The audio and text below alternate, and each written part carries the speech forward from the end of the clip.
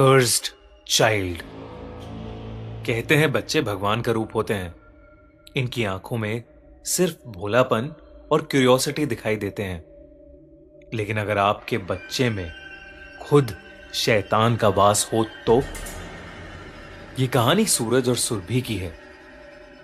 7 साल ट्राई करने के बाद सूरज और सुरभि की विश पूरी हुई थी। सुरभि प्रेग्नेंट थी। सुरभि ने जैसे ही सूरज को एक गुड न्यूज दी, सूरज फूले नहीं समा रहा था और सुरभि के 8 महीने बीत चुके थे। एक रात बहुत तेज तूफान आ रहा था। बादल ऐसे बरस रहे थे कि मानो धरती पर रह रहे लोगों से गुस्सा थे। सड़कों पर जाम लग चुके थे और उसी वक्त सुरभि की हालत अचानक से बेहद खराब हो गई।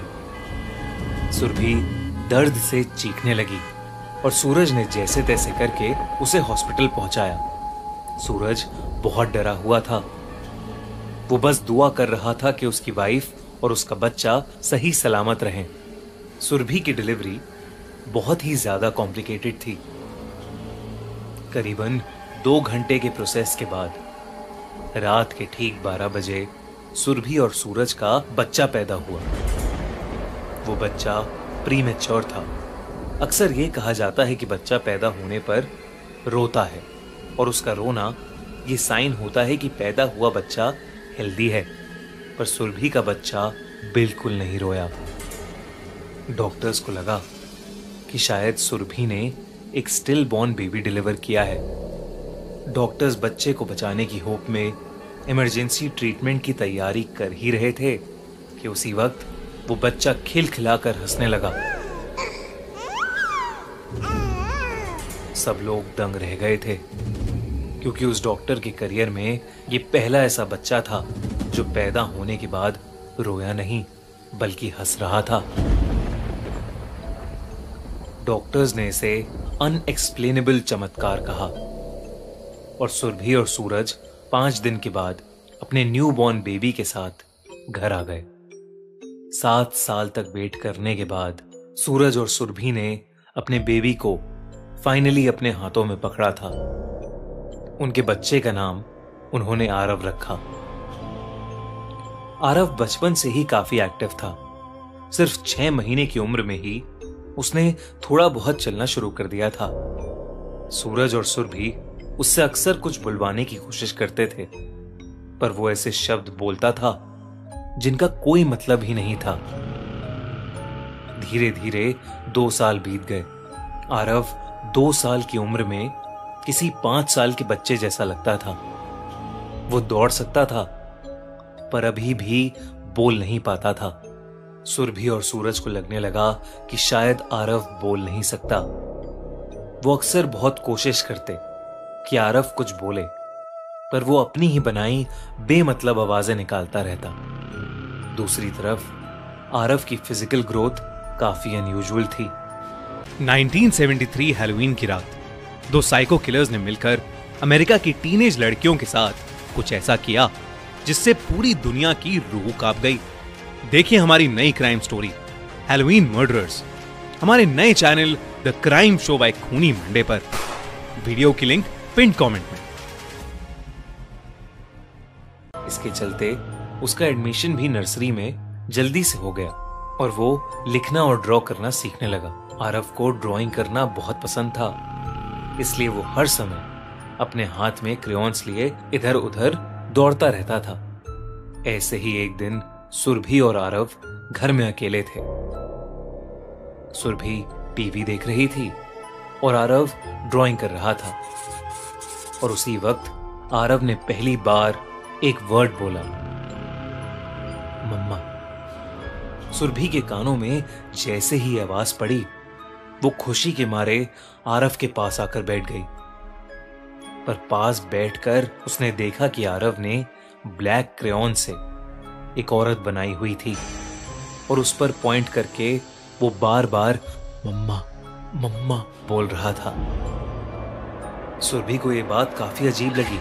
फिर उसने आरव की बाकी ड्राइंग्स पर ध्यान दिया तो वो पहली वाली ड्राइंग से भी ज्यादा खतरनाक थी। काले और ब्लू क्रेयॉन से उसने एक जंगल बनाया हुआ था और उस जंगल की एक पहाड़ी पर एक डरावनी सी दिखने वाली औरत एक आग की आहुति के सामने बैठी थी और उसके आसपास इंसानी खोपड़ियां पड़ी हुई थीं। सुरभि ये सब देखकर थोड़ा घबरा गई। उसने आरव के हाथ से क्रेयॉन छीन लिया और आरव को अंदर ले जाने लगी, लेकिन आरव में अचानक एक अजीब सी शक्ति आ गई। सुरभि उसे हिला भी नहीं पा रही थी। सुरभि ने आरव के कंधे पर हाथ रखा तो आरव एकदम से पलटा और जानवर की तरह अपनी मां पर ही टूट पड़ा। आरव की दोनों आंखें बिल्कुल काली हो चुकी थीं और उसके दांत अजीब से नुकीले हो गए थे। सुरभि चीख चीख कर मदद मांगने लगी और उसी समय घर की बेल बजी। सुरभि भागकर दरवाजे पर गई और सूरज को देखकर डरी सहमी आवाज में हाफती हुई बोली, वो आरव, वो ड्राइंग, वो। अपनी वाइफ को डरा सहमा देखकर सूरज भी थोड़ा घबरा गया और उसने सुरभि को शांत कराया और पूछा, क्या हो गया तुम्हें? सुरभि ने आरव के डायरेक्शन में पॉइंट किया, लेकिन आरव चुपचाप फर्श पर बैठा हुआ अपने क्रेयॉन से खेल रहा था। सुरभि सूरज को समझाने की कोशिश कर रही थी, लेकिन सूरज को कुछ समझ नहीं आ रहा था। तो सुरभि आरव के पास रखी उसकी ड्राइंग्स को उठाकर सूरज को अंदर कमरे में ले गई। उसकी ड्राइंग्स को देखकर सूरज के पसीने छूटने लगे। उसने सुरभि से कहा, मुझसे बहुत बड़ी गलती हो गई। मैं इस औरत को जानता हूं। सुरभि को कुछ समझ नहीं आया, लेकिन फिर सूरज ने सुरभि को सब कुछ बताना शुरू किया। तुम्हें बच्चा चाहिए था, तुम बहुत दुखी रहने लगी थी। हमने पूरी मेडिकल हेल्प भी ली, फिर भी कुछ नहीं हुआ। मैं तुम्हें इतना दुखी नहीं देख पा रहा था। तब मुझे किसी ने पास की पहाड़ी पर रहने वाली एक औरत के बारे में बताया। वो काले जादू से सबकी इच्छाएं पूरी करती थी। तो मैं उसके पास चला गया। उसने मुझसे कहा कि हमें बच्चा मिल जाएगा, पर एक शर्त पर। मुझे हर अमावस की रात उसके पास जाकर अपने खून की 2 बूंदें उस आग की आहुति पर चढ़ानी थी। उसके बाद हमें आरव मिल गया और सब कुछ इतना अच्छा चल रहा था। आरव भी अब बड़ा हो गया था, तो मैंने 2 महीने पहले वहां जाना छोड़ दिया।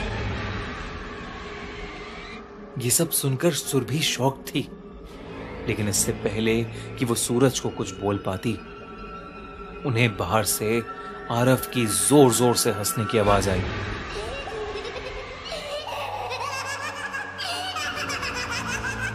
सुरभि और सूरज बाहर की तरफ दौड़े और उन्होंने देखा कि आरव फर्श पर अकेला नहीं, बल्कि उसी ड्राइंग वाली डरावनी औरत की गोद में बैठा है। उस औरत की लाल आंखें, बिखरे काले बाल और नुकीले दांत देखकर ऐसा लग रहा था कि वो औरत कोई डायन हो।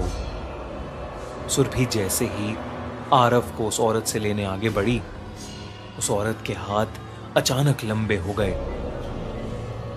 और उसने उन हाथों से सुरभि को जकड़ लिया। सूरज देखकर सहम उठा और उस औरत से गिड़गिड़ाकर माफी मांगने लगा, पर उस डायन ने कोई जवाब नहीं दिया। सुरभि चीखती रही, चिल्लाती रही, मेरा बच्चा, मेरा आरव मुझे दे दो। सूरज का भी रोना छूट गया, लेकिन वो डायन टस से मस नहीं हुई। वहीं छोटा सा आरव ये सब देखकर हंसे जा रहा था। अचानक वो उस औरत की गोद से उठा और अपनी मां सुरभि का कसके गला दबाने लगा।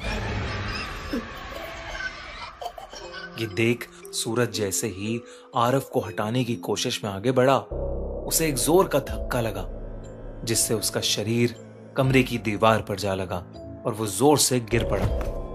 आरव अभी भी सुरभि का गला दबा रहा था। सुरभि ने कुछ ही पलों में अपना दम तोड़ दिया। उस डायन ने आरव को उठाया और वहां से अचानक ही गायब हो गई। सूरज चोटिल हालत में वहीं पड़ा रहा और कुछ नहीं कर पाया। उसने उस रात अपनी पत्नी और अपना बेटा आरव दोनों ही हमेशा हमेशा के लिए खो दिए। उसने आरव और उस डायन को बहुत ढूंढा, लेकिन वो कहीं नहीं मिले। एक छोटे से काले जादू ने सूरज से उसका सब कुछ छीन लिया और उसने अपने आप को कसूरवार मानकर खुदकुशी कर ली।